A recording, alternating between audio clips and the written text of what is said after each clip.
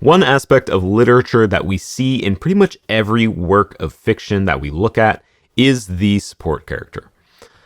You are probably familiar with the support character, right? The Oscars have supporting actors. And that might not be about supporting characters. I don't really watch the Oscars, so maybe that's a bad example. But you know what a support character is, right? And even in movies where the character is stuck on a deserted island, we see that they still have not that deserted island.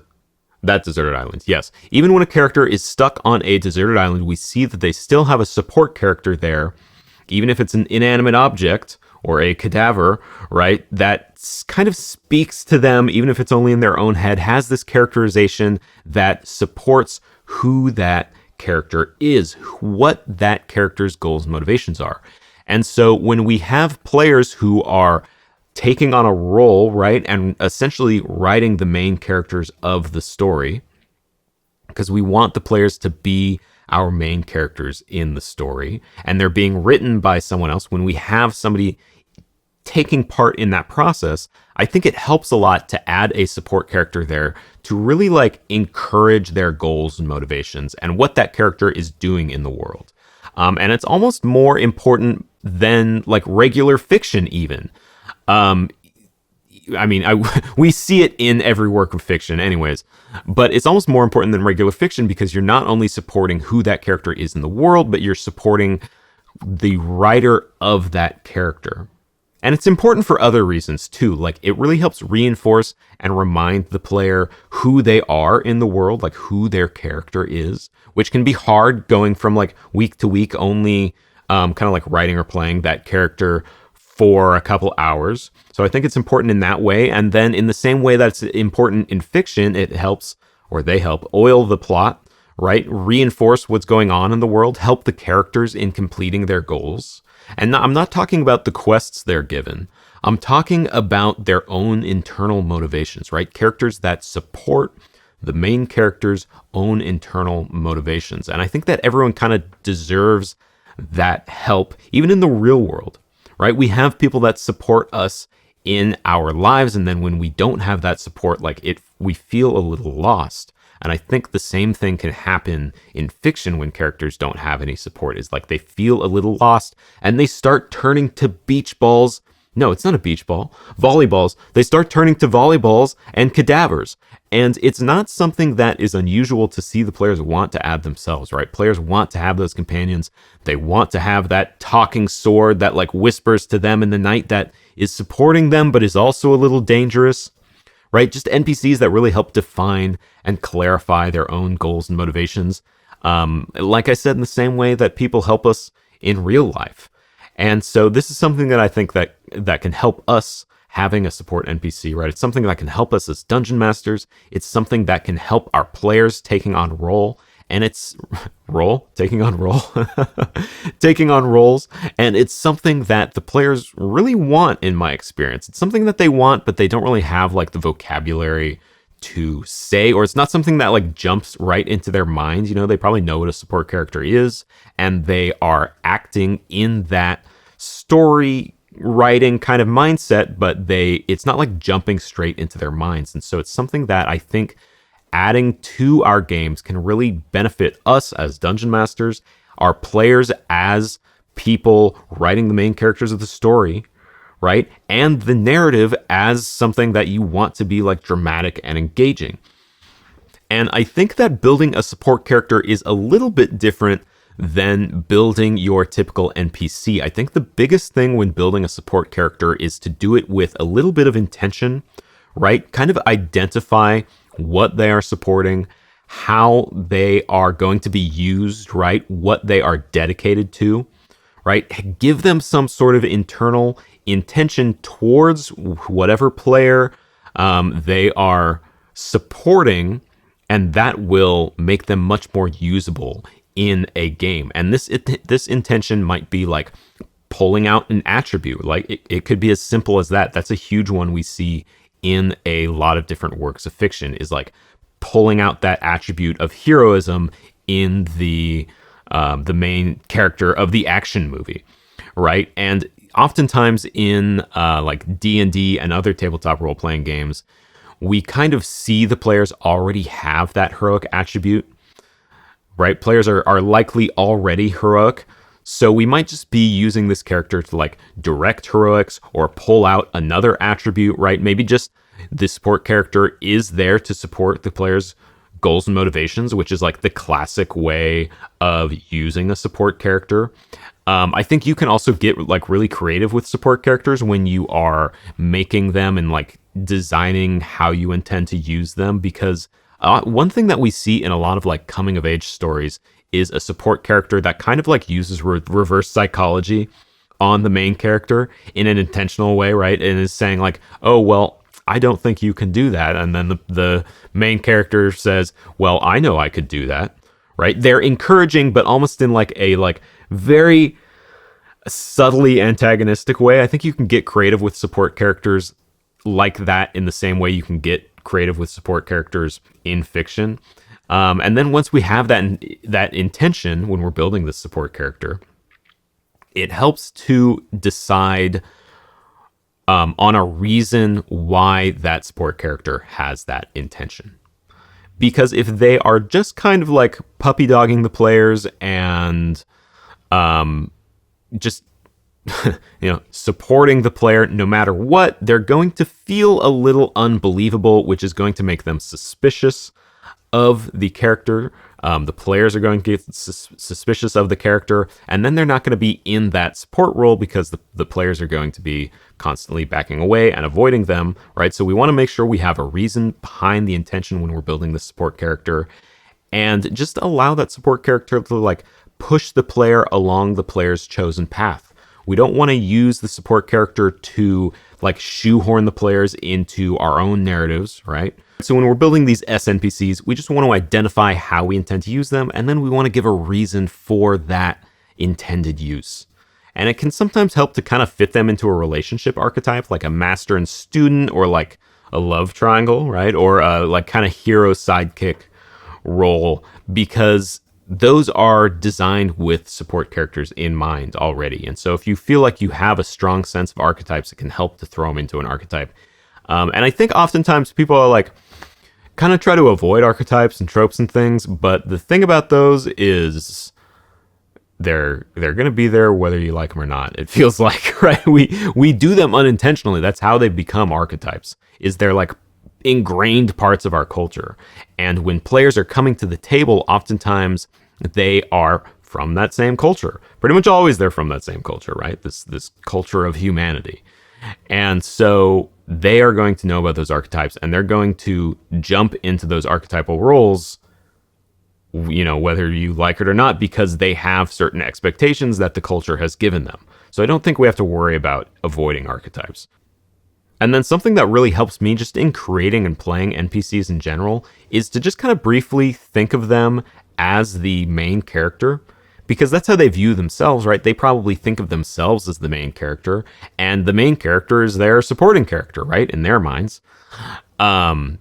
We know that the fun action is where the players are, where the main character is, but they kind of exist in this like symbiosis, our main characters and our support characters. I had a support NPC who was the leader of like a rebel group within a kingdom. Right? That sounds very exciting. It is very exciting. Like a story could be written just about him, but he's not the one delving into dungeons for ancient artifacts for the rebel movement so that they can defeat the evil tyrant that has taken over the kingdom, right? The players are. And so that's where the fun is. But he, creating him and playing him, if I remind myself like, well, he is kind of a main character, or he could be a main character. That's how he views himself. Right? It adds a lot to his intentions and motivations, right? While giving him a main character to support. So he still remains in that support role. I think doing that helps, just kind of briefly thinking of them as main characters. Giving them backstories also helps, because like we're all kind of products of our environment, and backgrounds often help dictate the fine details, like scene to scene while you're playing. Gives things to work with when you're improvising. So that's something I like to do. And then just like making sure that they have goals or philosophies, right? That really makes them believable, makes it feel like they are like taking action in the world. So when you're designing these support characters, you can give them that intention, you can give them that reason for the intention, but then going a little farther, thinking of them briefly as a main character, giving them a little bit of backstory will help you play them. And when you have that support, when you have that supporting like background work, you can help the support character support the players, right? So you just want to think like, who are they supporting? What part of the character are they supporting? And then give them a backstory and a goal. In a way, when we build these characters, we're kind of like crafting a tool to use in the story with the intention to use it in a specific way. And so all of that can really help in building out a support character. And then a big part of the support character is you really need to use them, right? You kind of have to like intentionally think about using them in the same way that we intentionally think about all aspects of our narratives, of our games. Once you build that support NPC, you can start using them in the game, right? But you have to remember to do it. And you might say, well, yeah, they're going to help the players. And yes, they should help the players.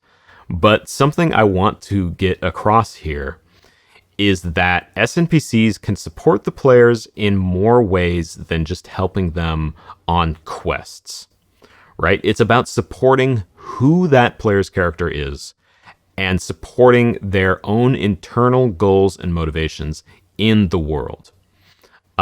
Just to help like develop and strengthen that character and make that character more fun for the players to play. Without, and we're not trying to create like rabid fans. We're not trying to badger the players, right? But I think one of the primary ways that supporting characters can support their main characters is just simply through dialogue, right? Supporting characters kind of give the main characters, i.e. our players, a voice, because otherwise, we get these like Shakespearean monologues that can kind of get a little boring, a little tiresome, both in fiction and at the tabletop, if you've ever had a player monologue. But these support characters can act like as a sounding board for the players. They can allow the players to state their positions, state their beliefs, and help cement those ideas of who that character is for the player. And I think that's something that is important because like when you're playing a role, when you're writing a character, having that character like speak aloud what their intentions are, what their beliefs, their goals are, really is when that character becomes like who they are. And so I think support characters can help in that way.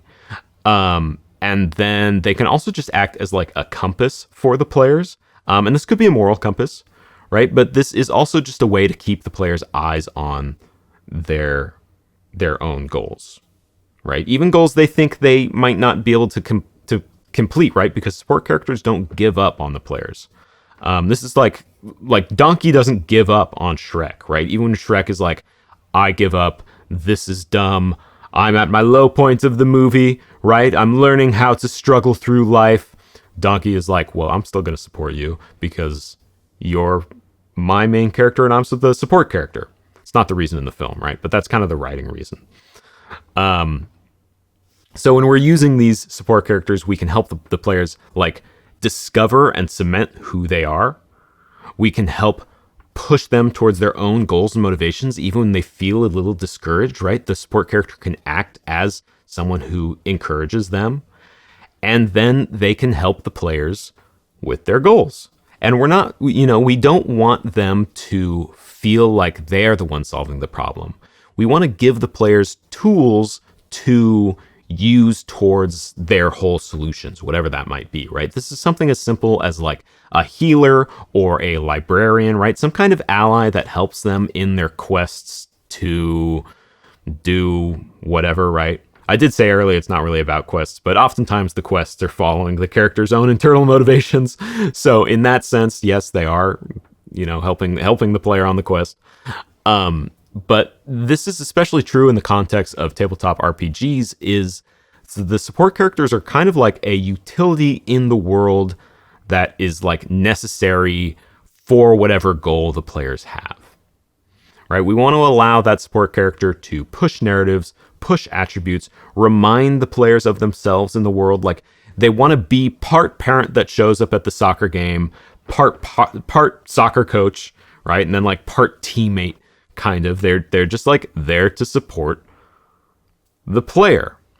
And so I think doing all of that can really help, like I said, like cement who that character is. I think it can help a lot. I might have mentioned this earlier, but I did several initial takes on the introduction, but I think it can help a lot to think about like how people support each other in the real world, and then use that in the tabletop for NPCs of the world to support the players. I think that can help a lot in just our own understanding. And it can also help us to think about like when we don't have support in our own lives, when we see people that don't have support in their lives, like how much more of a struggle things are. We don't want games to, I was going to say we don't want our games to be a struggle, but we kind of do want them to be a struggle, right? We want challenges for the players, but we want to encourage our players to fight against those challenges in the same way that the people of our lives like support us and encourage us to fight against our terrible earthly challenges. And then something else that really helps in the process of creating support characters is to just remember how irregular they can be. They don't always have to be a character per se, right? They don't have to be human. They don't have to be humanoid. They don't even have to be alive a lot of the times, right? In the case of Wilson, the anthropomorphized volleyball, he is a volleyball, right? But he's still the support character of that movie. I think sometimes in fiction, we see support characters that are even in the past. A lot of times in fiction, we see support characters that are in the past.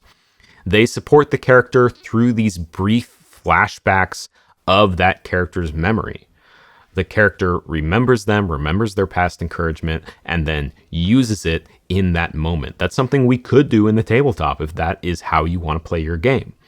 Right? Have that little narration of that character remembering what their father told them, if they are comfortable with that, right? Sometimes support characters exist even beyond death, right? In the case of like Luke and Obi-Wan Kenobi, he is a Force ghost. Luke doesn't even see him most of the time. We don't even know really if Obi-Wan is talking to him in those moments. It could just be Luke thinking about what Obi-Wan would want him to do. Support characters could be a magic item. They could be a companion, an animal companion that communicates with just a look to the character, right? So I think we can get creative with things. And I think especially in like fantasy tabletop role-playing games like Dungeons and Dragons, there is a lot of room to get creative. And so we should take advantage of that and just make things like more fantastic, right? So we talked about building support classes. Support classes? No, we weren't talking about support classes at all. Actually, we were not talking about support classes intentionally because support classes are totally different than support characters. We talked about building support characters, right? We talked about using support characters, both in kind of like an intentional way, building them intentionally, using them intentionally. And then we talked a little bit about like how irregular support characters can be. So hopefully you got something about that. Hopefully you got something out of that, right? Prismo is very much in need of some outside time. So we're going to go do that. As you know, his name is Prismo. My name is Wes. This is Tabletop Writer, where I look at methods of writing through the lens of tabletop gaming. So if that's something that sounds cool to you, stick around for it. I guess that's pretty much all I have. Thanks for watching.